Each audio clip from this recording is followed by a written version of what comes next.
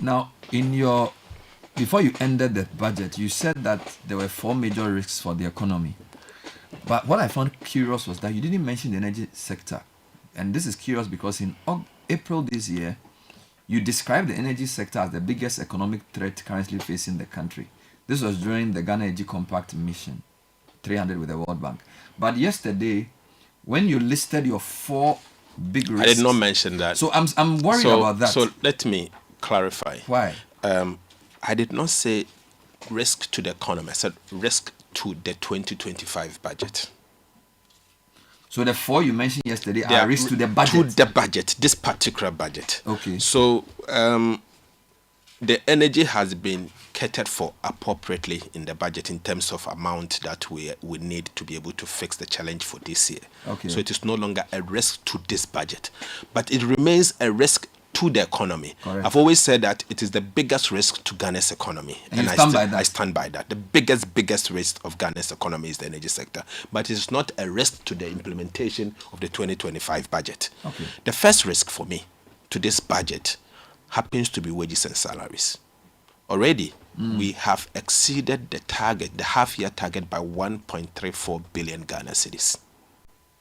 1.34 billion Ghana cedis. Why? This is because in the last quarter of 2024, the previous administration employed so many people and they went onto the payroll in January, February. Wow. So many, particularly health, education, and the security services. They've gone into the payroll February, March, April. You know the number of people that they employed. And sometimes you look at the numbers, they say that they have employed X, but you go and you realize that they've actually employed Y. In some cases, the Ministry of Finance gave a commencement authorization for them to employ 100, but they've employed 180. And they are all on the payroll. They are Ghanaians, of course. You can't just go and take them out. It's somebody's mistake. You can't just go and take them out. It's a risk and you need to deal with it. I have 1.34 billion. 1.34 billion times 2 may end up hitting about 2.7 billion by end of year. And so it is a risk for me. So how are you dealing with that? And so, are you going to sack them? Are you going to? No, sacking is not an option. I've no desire to recommend same. And let me say that there are ways to deal with it. One of the ways, I think I recommended a number of ways. I've begun payroll audit. Payroll audit. Payroll audit. I believe there are some goals that we can find. You know, because you're an accountant, you know, if it's a hammer, everything's a nail. So you are doing a lot of auditing. You are auditing arrears. You are auditing contracts. Payroll. Now you're also auditing payroll. And many more.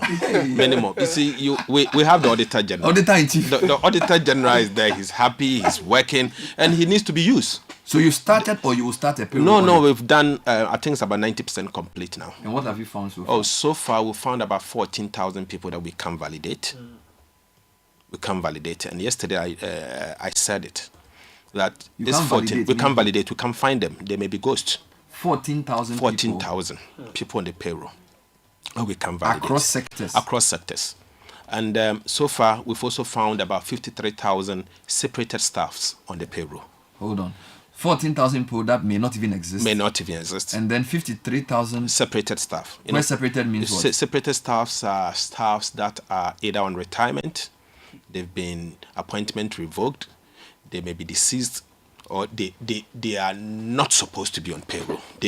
So they probably were on the payroll legitimately, but not supposed to be there. They are not supposed but they are to still be being paid. They are being paid. And have you found how long they've been there?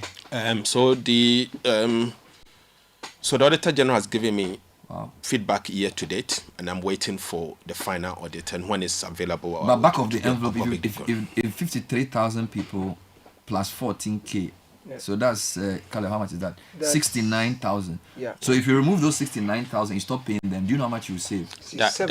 So I'm waiting for the Auditor General to provide me the final numbers, and I'm working very close with the Auditor General, and I'm so happy I'm working. But do you not think that beyond the audit, if this is true, then the controller, people who oversaw this, also have questions to answer? Not only the controller, they do have questions to answer. But let me say this and use your medium to send a caution to those who validate ghosts across the economy. That you see, they are playing with public funds, and they will be personally liable for the validations that they've been doing over the years. If you validate ghosts, and you pay the ghost, knowing very well that this guy is not supposed to be on the payroll, and you, the headmaster, the hospital manager, or someone somewhere sitting somewhere, and you are saying that he's working, and you validate, and that person receives public fund, will hold you responsible. Not only the ghost, you irresponsible. Still on risk, you said the second risk was the Tema port and our ports. Can you what do you mean by that? Okay, so we have again, even though the overall revenue is doing well, we are seeing some underperformance at the Tema port in particular. We've seen, yes, the city has appreciated, but we've also seen an increase in volumes. So the increase in volumes should be able to offset the appreciation. If not, even if it doesn't offset it 1-to-1, it shouldn't be the levels we are seeing. So we are seeing, a sharp decline, almost about 1.6 billion cedis. So the domestic side of revenue is doing extremely well. So it is covering up for customs. But it can't always be covering up for customs. Customs is supposed to do well. International trade is supposed to be doing well, and revenue is supposed to be coming in. And so the kind of underperformance I see there requires that I do some work there. And so in the coming days... Don't tell me you're going to audit. It won't be an audit, but maybe human resource audit to find out so the, for listeners, the kind of stuff. The customs is the people who at our border post and points of entry collect revenue for the state, as against IRS in the past, which is the domestic GRA people. So you're saying on the domestic tax, income tax and all those things, you seem happy with what you've seen. Oh yes. The new GRA boss, you are okay. Oh, excellent. Your challenge is that at the ports of entry, and is it only Tema or even the land ports too? So we have two problems. The first one is massive revenue leakages at Tema Port. In the coming days, I think I may end up relocating my office to Tema Port. Is that serious? Yes. It may have to get to that for us to be able to see what is happening. But let me say this. We see the main border posts seeing a lot of smuggling also into the country. Places like Sankasi. I don't think it's BA. It's further up. Upper East maybe. Oh, okay. It's further up. And it's coming up. So this is Togo? Yes, coming up from the Togo side, where a lot of smuggling from the Togo port are entering through Ghana. And it's a matter of significant concern. We've picked up that up, and people are coming to inform us and all. So in the coming days, we'll be strengthening the preventive side of the Ghana Revenue Authority. So this is smuggling into Ghana? Into Ghana. And this smuggling does not only take away our revenue, but it also takes employment away from Ghana. Because for example, we have a lot of companies producing oil in Ghana. But this oil is now coming from Togo, imported oil. We are losing the revenue, and because of the smuggling, the Ghanaian companies are shutting down and they are leaving Tema. And so what happens to you? The people are not getting jobs. So you institute a solution at Tema and other ports of entry to deal with the issue of revenue underperformance from the customs side. You also said the smuggling of marine gas oil, which you believe is a risk to the budget. Yes. We have programmed some revenue coming from the energy sector levies. Okay. And this revenue is under threat because we have seen an upsurge in the marine gas oil. Smuggling outside? Smuggling. So, you see, we have a lot of tax exemptions on marine gas. Okay. And the marine gas is not different from gas oil. Is diesel used for exactly for vessels on the sea? For vessels. So, I will go and, for example, buy marine gas oil, and I'm saying I'm going to use it for my trawler. But in the end, I'll bring it back into the system and use it and sell it as diesel. Oh. And because of that, significant amounts of money? They are significant amount. We are talking about 500 million. 500 million cedis? 500 million cedis. Are these large companies or small companies? So the sector briefed us, the minister responsible for energy and even the industry.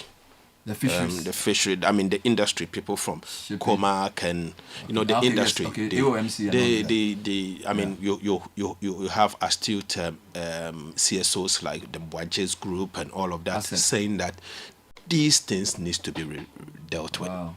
And so we took it serious, we investigated, and in fact that is what is happening. So we've taken steps to remove the tax exemption on marine gas oil to smoothen that. We're talking to Minister of Finance Ato Forson, and we've picked up on risks to the budget. We'll come back to economic performance, but we're sort of trying to understand how he sees the economy and what is the risk. You can send your comments to us on 054-998-6996. We'll also deal with the big question you've been asking us to ask about sustainability of the cedi's stability. Indeed, the macro indicators, everything seems to point in the right direction.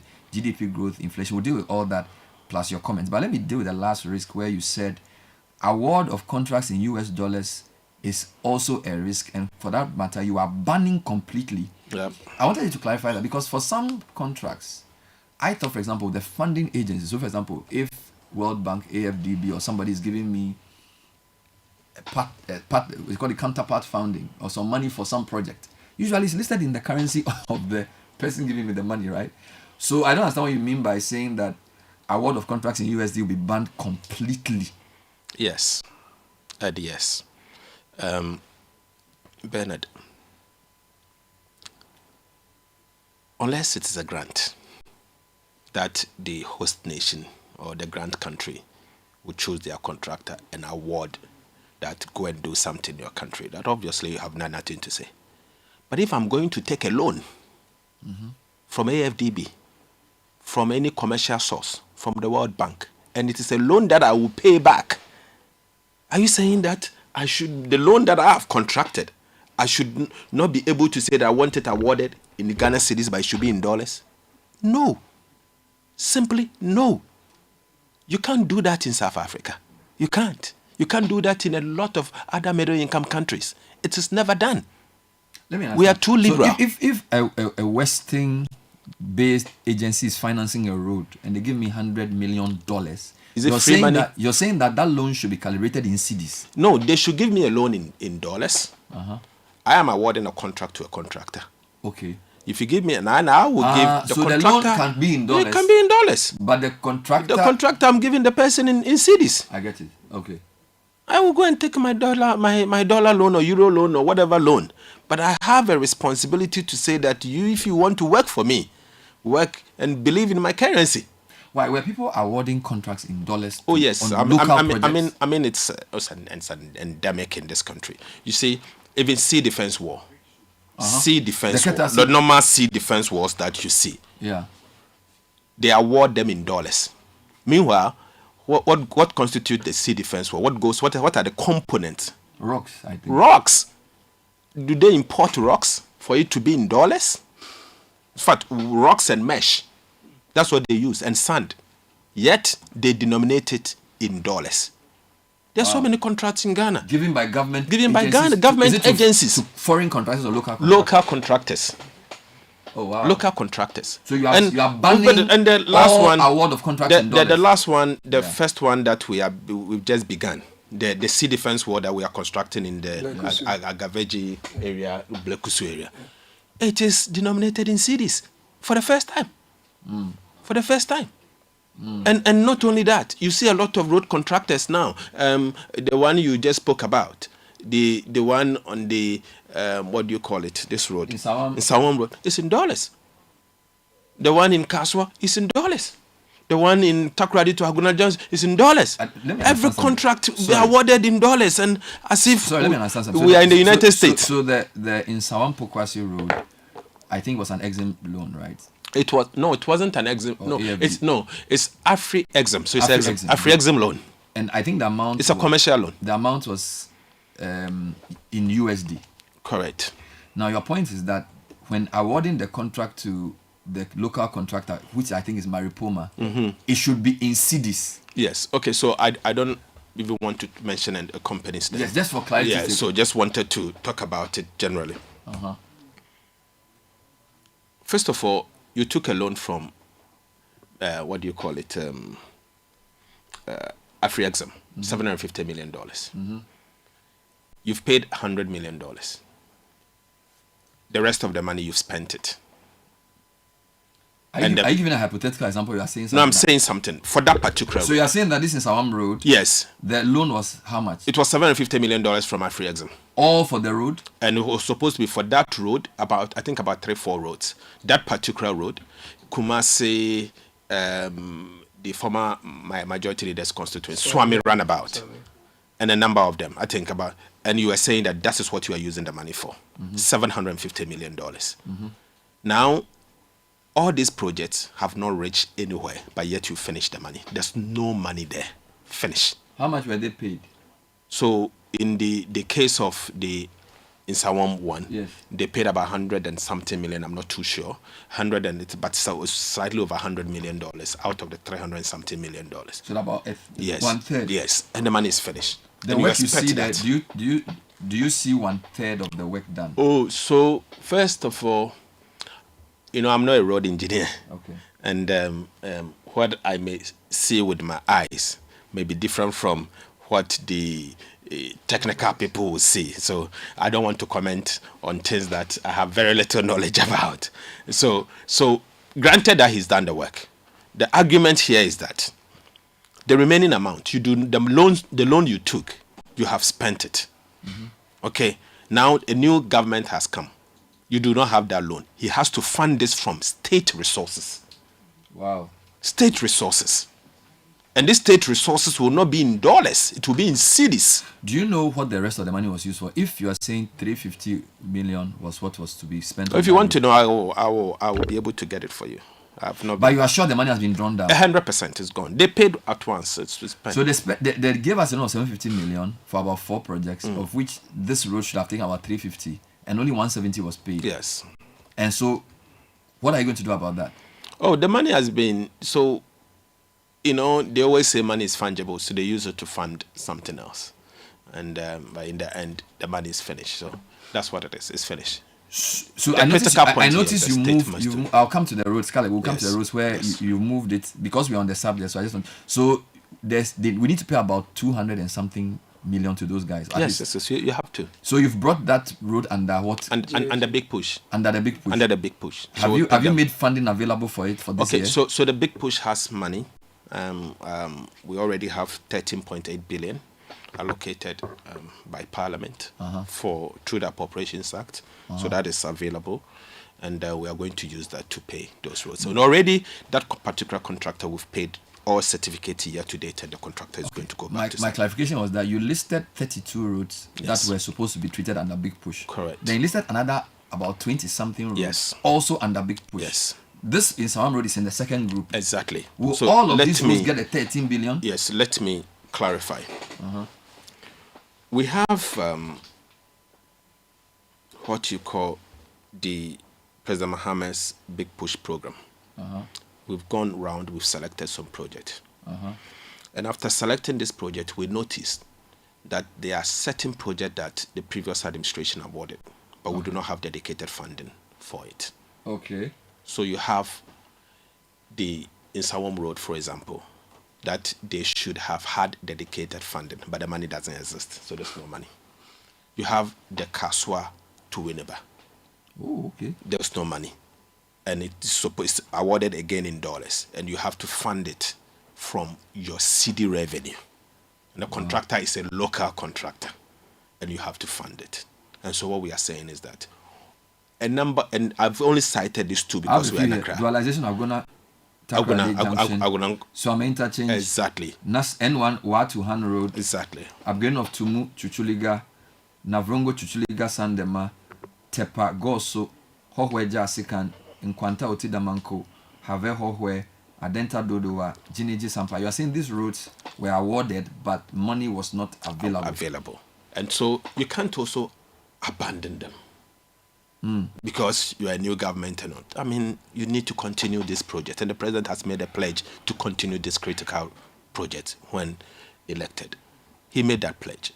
So the president has said that these major roads, he has novated them into the big push. Right. And so they will be added to the big push program. And so they will be funded under the big push so that at least we have dedicated source of funding for this project to be completed. That is the vision of His Excellency the President. Caleb, I want you to go to that page and just help us later to identify, because there are 3 projects that I see. Yeah. I see one group of projects which you say because of the progress we've made with the debt exchange, those projects will start. Correct. Then I see a group of projects which you are initiating under big push. Then I see a group of projects which you are saying the previous government started, but because they didn't have money, you are novating. Yes. So I maybe Caleb will help me with that, but at that point is packed for now, because I think it's important for people to clarify this. Let's just go back to a few other points. So back to energy quickly. So are you saying that you and the energy minister are clear that going forward, no new contracts will be signed, nothing will happen in that sector to continue the risk? You are happy that you and Jinapa are on the same page, because that sector keeps popping up. It is. It's something else. The energy sector need a complete revamp. I commend my colleague, the Minister for Energy. I think he's doing some massive work at the sector. And very soon he will outline his blueprint and on what he's doing to turn around the sector. Okay. First and first, he's been able to stabilize the power situation. And at least we have stable power. And now the systemic issues that needs to be addressed, particularly at ECG, is on course. Okay. I can say for sure that I'm very comfortable with the new ECG MD. Okay. He's doing amazingly well. I mean, if one single CEO... He's an old hand. Yeah, if one single CEO deserves my commendation, I'll commend him any day. Okay. I'll commend him any day. I think his principle is hard working, he's pushing hard, and he's doing what is required of him. Let's come back to this. So priority projects under restructured bilateral debt. Yeah. So this is from paragraph 210 going. You list about XVV, you list about 15, 16, 20, list about 25 projects. So are you saying that these projects, they stalled because of the debt program? Yes. And therefore they've been brought back on course because we've paid our debt? Okay, so let me put it this way. We inherited 55 stalled projects. 55. Okay. And under the OCC IMF agreement, government of Ghana can draw down $250 million a year. Okay. $250 million a year. For this project? For this project. And all in all, we have about 3 billion Ghana cedis outstanding. Remaining amount to be drawn down, 3 billion. And so if you are going to draw down only $250 million of the 3 billion, it will simply mean that you will need 12 years before you can complete all these 55 projects. Now, 12 years will mean you have to spread it so thin. And in the course of the 12 years, you'll be incurring additional costs. And when projects delay, the costs go up. Cost will so it's not escalate. Sustainable. It won't be sustainable. So you had to reduce the number of 55. So we had to take the hard decision, working with the OCC and working with the Official Creditor Committee. Official Creditors Committee, and then working with the IMF to to bring some priority to some of the lists. So are you saying that with this 25, you can finish it in one election cycle? So I think it's 24. 24 projects. We'll pick 24.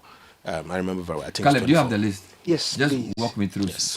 So some of them would all these 24 you finish. So this 24 will finish by 2028. Everything.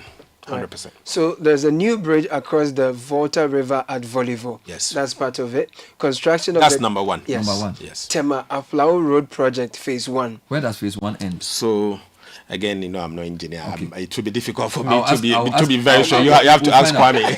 What's the next one? So the next one is construction of the Tema Aflao Road Project Phase 1. That's number 2. Number 3 is Tema Motorway Roundabout through Ashaman Roundabout to Atimpoku. Okay, we know that route. Yes. There's construction of 14 pedestrian bridges. Places are not listed. Yes. Now, Kumasi Roads and Drainage Extension. Okay. Number 6 is Park Grant Interchange and Sekondi Takrady Township Roads, Phase 1. There's rehabilitation of Dom Kitasi Road. That's my already. I told you. You're right. So this is Ashesi University. Yes. So by 2028, it will be done, Minister? Yes, correct. Oh, great. And then there's Obechebi Lamte Interchange Phase 2. Just here. Yes. There is Bogatanga Boko Pulimakom Road. Okay. The number 10 is PTC Roundabout Interchange Project at Takoradi. Number 11, construction of drinking water facilities in Wenchi. Number 12, Sekendi Takrady Water Supply. Okay. 13, modernization of Komfanochi Teaching Hospital. Okay. 14, construction of central medical stores in Tema. Interesting. After the fire. 15 is Efia Nkwanta Regional Hospital in Takrady. No, that's where I was born. Oh, you're born in Fanta. Interesting. Okay. Interestingly, they're rehabilitating the place. Wow. Nice. So, Bolgatanga Regional Hospital. That's 16. Yes. 17 is establishment of the University of Environment and Sustainable Development at Bonsu. Eastern region. Okay, is that a satellite campus or is a full-fledged? Bunso, that university that, it's yeah. My thing is, there's funded so by many. police. One is environment. So is this a satellite? No, it's a for satellite that? campus someday. So it's Bunso, a okay. satellite campus. Great. Okay.